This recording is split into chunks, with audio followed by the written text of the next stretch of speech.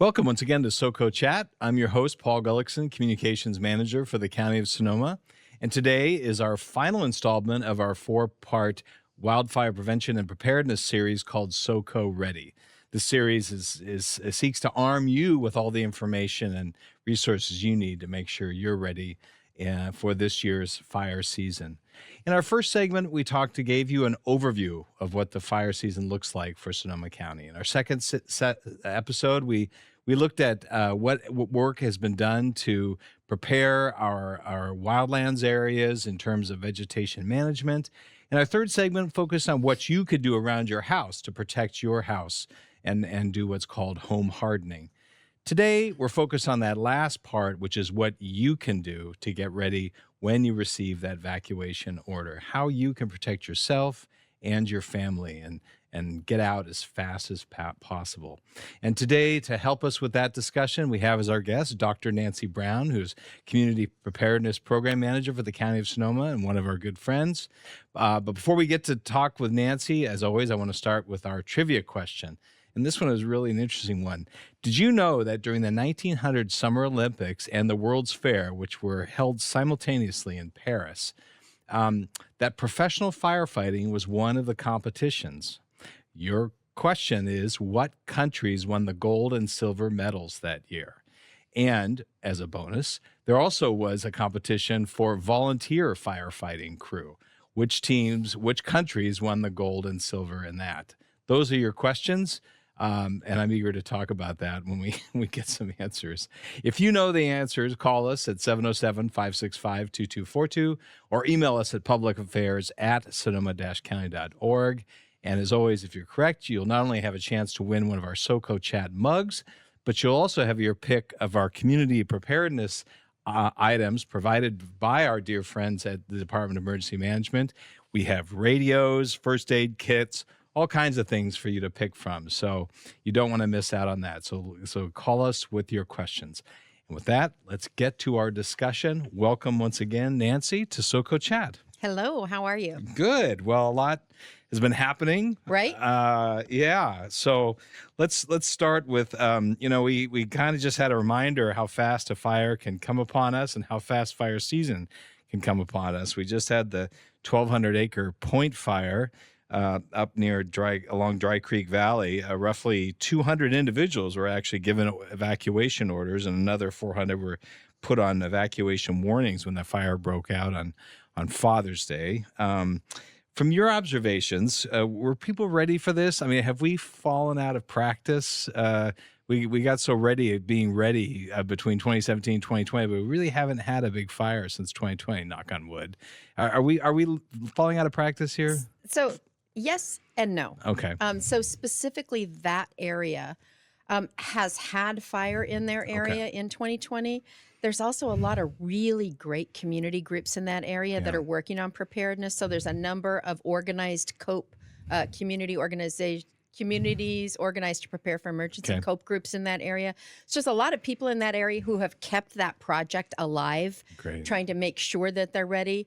And they felt that differently than maybe many other people in the county felt 2020 because they were also evacuated. They also had hardship in Kincaid. So they've had quite a bit of activity there. So in that area, I feel like they overall are quite prepared and also really have worked together as neighbors to support each other in that preparedness effort. But on the other side, I think those of us who haven't necessarily had fire affect us personally, it's easier for us to fall away when there isn't a reminder on an annual basis that this could happen to you. To kind of let that slide. I've talked to a lot of people this year at community events who are like, yeah, I got to get my go bag back out. I've got to take a look at it. I think I have old stuff in there that shouldn't be there anymore. I don't even know if the batteries are still good. So, I mean, definitely people are recognizing that it's time to revisit all of that planning that people did so strenuously and so correctly back in 19 and 20. Yeah, well, that's really what we want to talk about today. But let's back up for a second. Would you mind reminding our listeners what it is you do as Community Preparedness Program Manager for the county? Sure. So my goal is that 100% of the people in the county be aware of their risks and ready to react to keep their families safe and to minimize the amount of disruption that their family feels in a disaster. So in order to do that, I work with different types of community groups. I work on public events and preparing people, passing out different information, work with different organizations like the Tourism Board and the other organizations within the county that are doing different things and support their efforts when they're in the community to try to make sure that we have a lot of different ways to touch the community with information.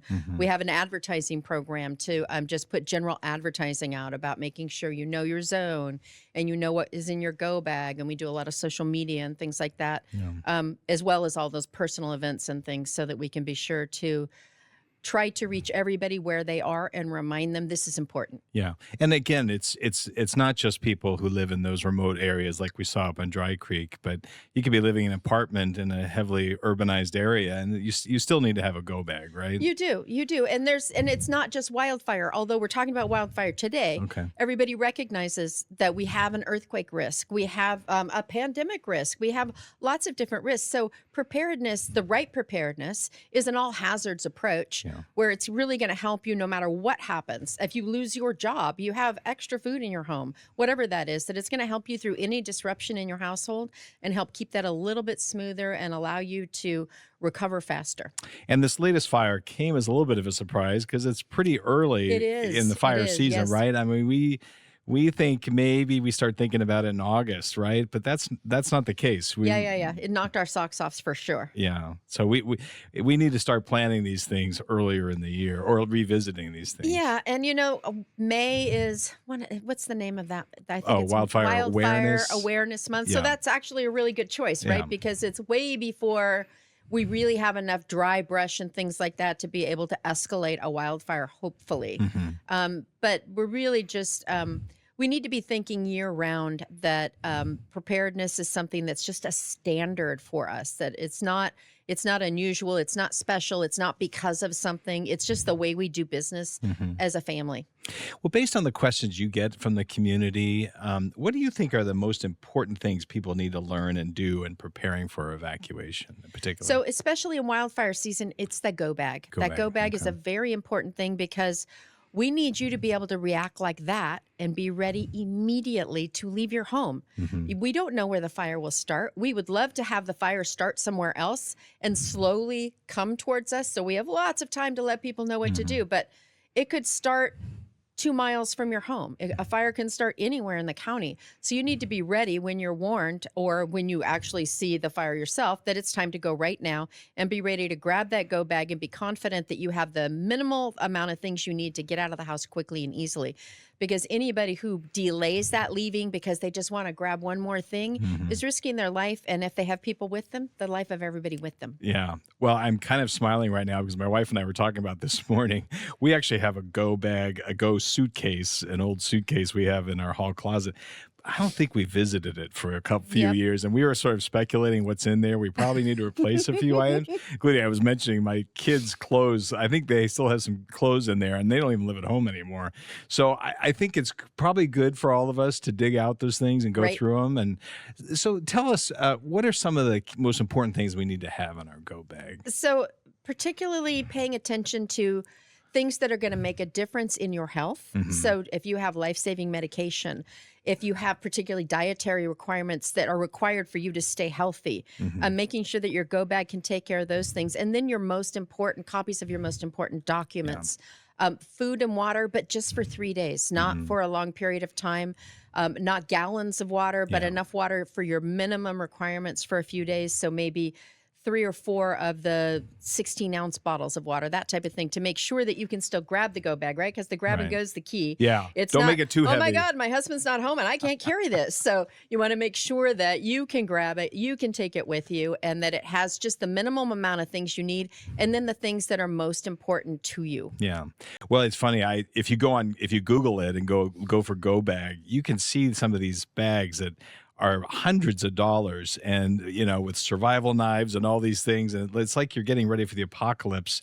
Yep. But you really don't need all that stuff. It sounds like some of the things you really need to focus on are more of the personal things, like medications, papers, including insurance forms in particular, identity IDs, things like that. And I think the other thing, Paul, that is a great reminder for everybody is that making sure that your car has half a tank of gas at all times. So if we ask you to go, you can. Yeah. That you're not like, oh, shoot, man, I should have filled up last night because I can only go to the corner and the gas station's closed. And now what are we going to do? Well, that, we like to say in our department that half is the new empty. So when you're at a half a tank, especially this time of year, get your tank topped off. I think the bonus of that is with gas prices higher right now, it doesn't cost that much to fill up your tank if you start at half. That's a good reminder.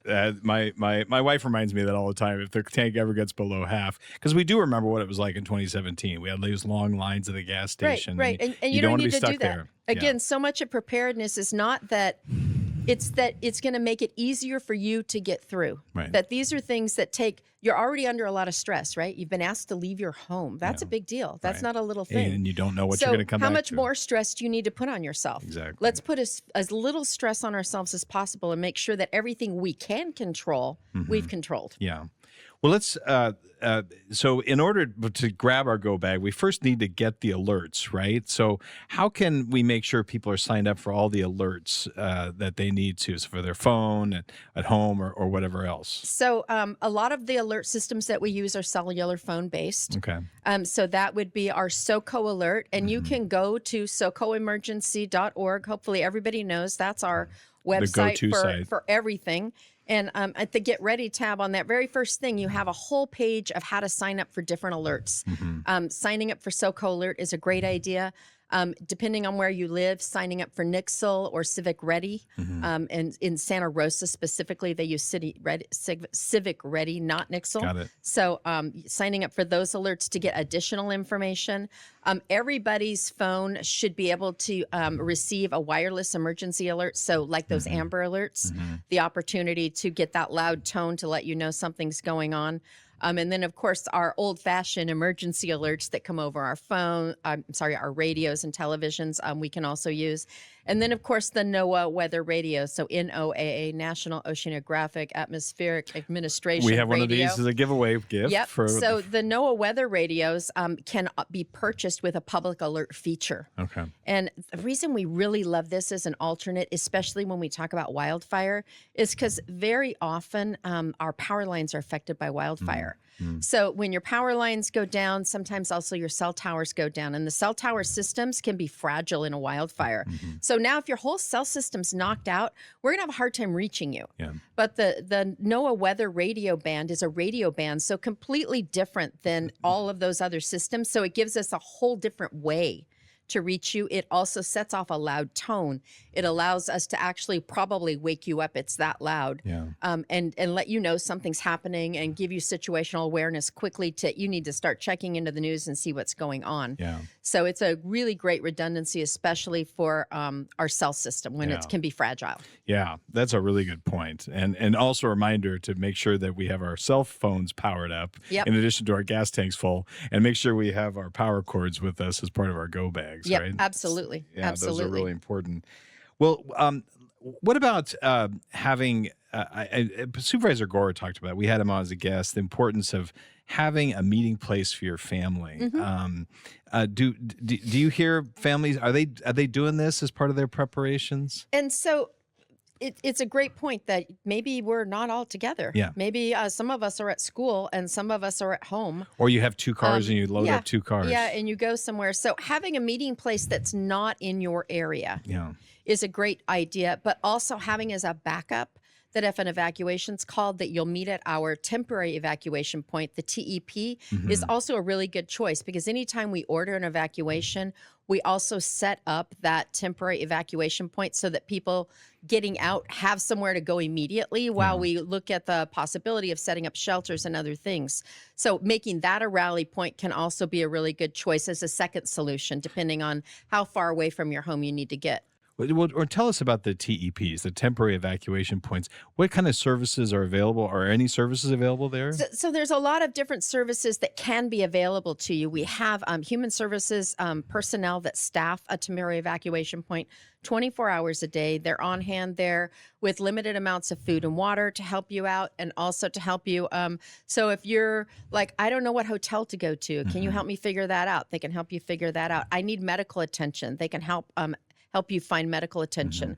I just want to be here and feel safe for a little while. I don't know when is a shelter opening up. Yeah. All those questions in the early hours in evacuation, they can have a lot of question marks next to it. Yeah. That's where they'll get that information right away and be able to pass it on to people. Yeah. So it's a really good rally point for people who just want more information about what's going on as well. Yeah. And they're typically set up in places where there's lots of parking, there's plenty of space. So they're able to actually, you can actually just, park there and hang out for a while until you can regroup and figure out what you want to do. Yeah. Yeah. And So it's that's separate also from a shelter, Right. which we may need set up as Right. well. Right. But that's not what this is. Right. This is just a rally point. So when we ask people to evacuate, the first thing we do is set up that temporary evacuation point to give people a rally point to then make their plans for the next thing they need to do. Yeah.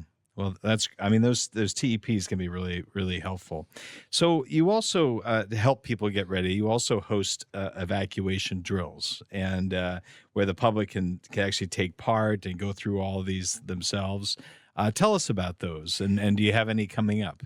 So we've already done the drills that we were going to do for this year. No, wait a minute. I think there's still one more left Sea in Ranch? Guerneville. Guerneville. And Sea Ranch. Yeah, Okay. you're right. There's still 2 left. So I apologize. Yeah. There's still 2 left. There's one in Guerneville coming up this month and one in Sea Ranch next month. Okay. The Guerneville one, put a pin in that. Maybe it feels like they were going to change that, maybe because there was another event happening. So I'm not 100% sure where that landed. Okay. But basically, our department has identified communities that are at the wildland urban interface that could have challenges evacuating. A lot of different things go into identifying different communities, and they're working down this list of communities to host these evacuation exercises, which gives that community an opportunity to, as a community, feel what that looks like. So the high-low sirens come through their neighborhood. You can hear what they get a sound like. targeted SoCo alert to their phone saying it's time to evacuate. They create a rally point mimicking a temporary evacuation point, or TEP, for everybody to go to. And they get a chance to figure out what that looks like. When you get the message on your phone, you grab your stuff, you get in your car, you drive down the hill, you all meet right here, and you get a chance to practice that, which is awesome practice. I've never ever seen one in a community where everybody didn't say they learned something. Yeah. But I also encourage families and small neighborhood groups. You can do this yourself. You do not have to have the county host this for you. You can get your 5 neighbors together and say, hey, let's do this on Saturday. Yeah. On our SoCo Emergency website, we have a neighborhood tab also. And on that, there's actually a guide, a template for neighborhoods who want to create their own evacuation exercise, and they can pull that down and they can take a look at it and go through the steps to create their own evacuation exercise. And then of course families can just say, hey, Sunday morning we're going to pretend that there's something happening, and I'm going to say, let's go. Yeah. So be ready. I'm going to wake you up. Everybody's getting their grab bag and we're out. Yeah. And see how that and go out see to how breakfast it rolls. afterward or yeah, something. Yeah. See how that rolls. Well, often your evacuation drills end in a kind of a resource fair where people can gather and more information. And in fact, you have with you one of these evacuation packets, right? Tell us what you brought with you today. Yeah, so this is an evac pack is what we call it. And it has all the resources you need to really start putting together a solid plan. So it has a planning guide that's basically a fill in the blanks guide. It has an evacuation checklist for you to think about. If I didn't have to leave immediately, so if I got a little bit of warning, what else could I do to secure my home and also make sure that I took things that were important with me? So I'm just giving you a chance to kind of think it all through. And then this thing is actually kind of cool because it's got a little Velcro thing in there. So you could stick it like inside your kitchen cabinet so you don't lose it. Right. And so it reminds you to refresh it regularly Yeah. because you see it from time to time. It doesn't end up lost somewhere. And these are available at all of the Sonoma County Public Libraries. Oh, great. So they're available in English, they're available in Spanish, and you can just go into the library and grab one. There's no charge for them. But we do create these specifically in mind that people look at that task of how to prepare and they don't really know where to start. So we just tried to go A to Z and figure that out for people and say, here you go. And they're not just generic checklists. I mean, these are things you fill out, you personalize with your information Right. that you can have and they keep it in this packet. Right, your so medical it's ready to go. information, Yeah. your contact information, your evacuation plan, all of these different things, your meeting places, who your out-of-state contact might be if you need to make a phone call. All of those different things are all in here prompting you to write it down so you don't have to. And I mean, you can get these things. These things are available all over the internet. They're everywhere. But we tried to consolidate something that was fairly concise and simple that the average person could do in a very short period of time, that you wouldn't have to like devote weekend after weekend to try to get this done. Yeah, it's a great thing to pick up. And as you said, it's available at any of our libraries. It is. Right? Okay. Well, what about those who maybe have some mobility issues, some of our seniors, and they may need a little help. And for some of them, these are pretty scary incidents. Right. Even just getting a red flag warning puts them on edge.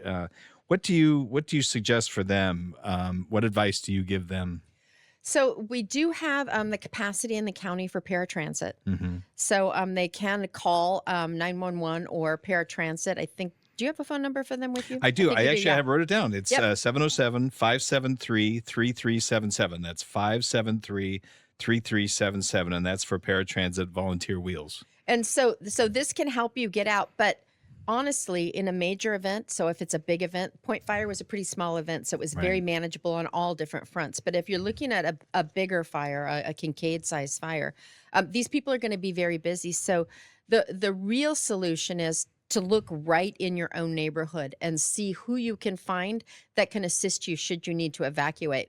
So especially a lot of our seniors have plans that my son in Cloverdale is going to come get me. Mm-hmm. If your son in Cloverdale can't come get you, though, if there's not enough time, what's the next idea? Because your neighbor's right next door, across the street, the other side. Can one of those people assist you? And I think one of the things that makes it really easy is you can take this neighbor that you're helping out to the temporary evacuation point. You don't have to take them with you for the rest of the evacuation. You can take them to the temporary evacuation point, and our staff there will then take over and help these people find the things that they need, contact their family if they need medical assistance. They'll help them through all of those things. So you just need to provide that ride to get them out of danger. And I think a lot of neighbors are willing to do that. So working in your neighborhood to try to get that done, trying to find other family and friends that can be your plan A, your plan B, and your plan C. And then, of course, paratransit as your last choice. Yeah. Well, I encourage everybody, if you have an older parent, mother, father, or loved one who, to coordinate with them, get a plan. If they haven't talked about it, talk to them about it, because even if they're independent, they may not be able to open their garage door to get their car out. Right. And they may not be, those things can be very traumatic for them. So they can so be. And work a with little them. Planning can really resolve a lot of those issues. Absolutely. Well, what about in terms of planning? If you have large farm animals or horses, that takes another degree of planning. What advice do you give them? So we have a couple of really great programs in the county that have strengthened over the years and become quite robust.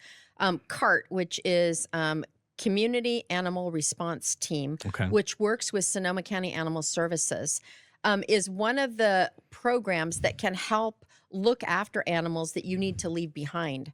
So if you have a whole bunch of cattle and a whole bunch of horses and a whole bunch of sheep, it's unlikely that you can transport them all out in a hurry.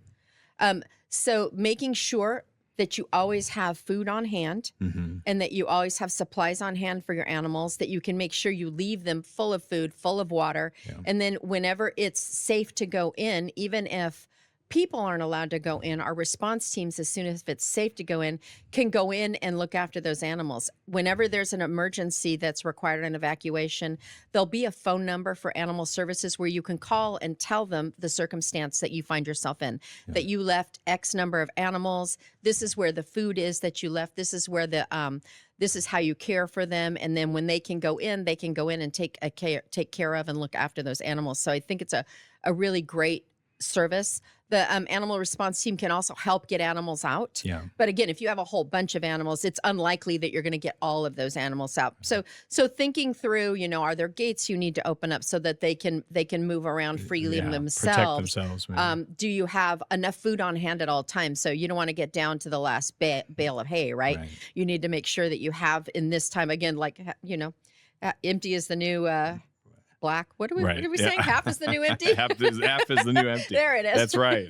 Yeah. So taking a look at all those things and thinking it through, because again, these things will all cause tremendous stress if you haven't thought them through already, and will delay you leaving. Yeah. Which means you're going to put other people in danger one way or another. Yeah. So you got to take care of yourself and your family.